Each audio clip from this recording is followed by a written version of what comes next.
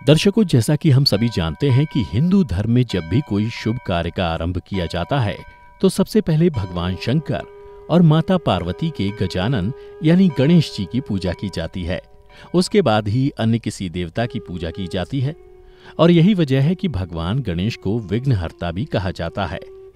दोस्तों, हम सभी जो अभी गणेश जी का गजानन स्वरूप देखते हैं उससे जुड़ी कथा के बारे में तो सभी जानते हैं कि गणपति का सर उनके धड़ से अलग हो गया था, जिसके बाद हाथी के बच्चे का सिर काटकर उनके धड़ से जोड़ा गया। लेकिन दोस्तों, क्या आप जानते हैं कि गणेश जी का असली सर धड़ से अलग होने के बाद कहाँ गया और आज के समय में वह कहाँ है? तो वीडियो के अंत तक हमारे साथ बने रहिए। नमस्कार दर्शकों, द डिवाइन टेल्स पर आपका एक बार फिर से स्वागत है। शिव पुराण में वर्णित कथा के अनुसार भगवान श्री गणेश जी का जन्म माता पार्वती के मैल से हुआ था। ऐसा माना जाता है कि माता पार्वती ने सबसे पहले अपने शरीर के मैल से एक बालक का पुतला बनाया और फिर उसमें जान डाल दी। परंतु उस समय भगवान शिव कैलाश पर उपस्थित नहीं थे।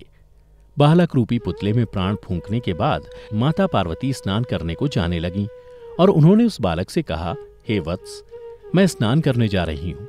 तुम द्वार पर खड़े होकर रखवाली करो और मेरी आज्ञा के बिना किसी को भी अंदर मत आने देना।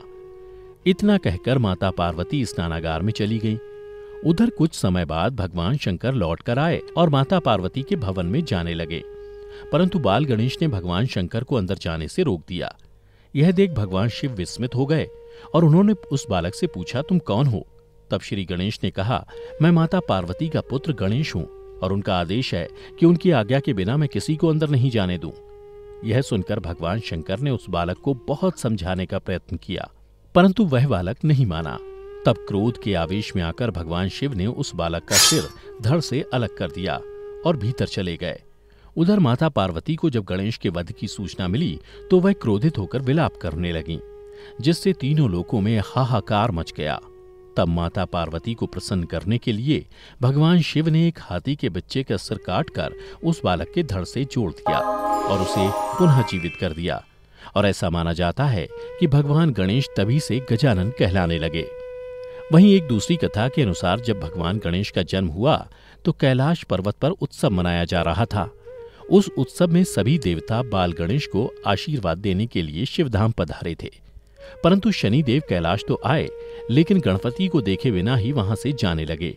यह देख माता पार्वती को क्रोध आ गया और उन्होंने शनिदेव से इसका कारण पूछा।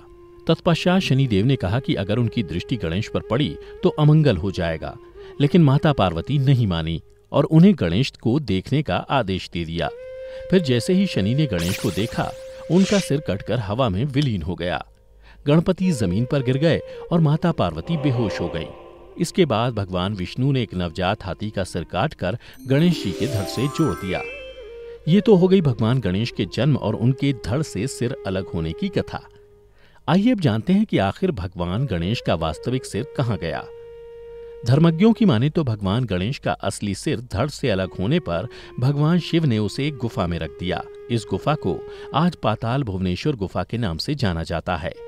इस गुफा में विराजित गणेश जी की मूर्ति को आदि गणेश कहा जाता है। वर्तमान में यह गुफा उत्तराखंड के पिथौरागढ़ में गंगोली हाट से 14 किलोमीटर दूरी पर स्थित है।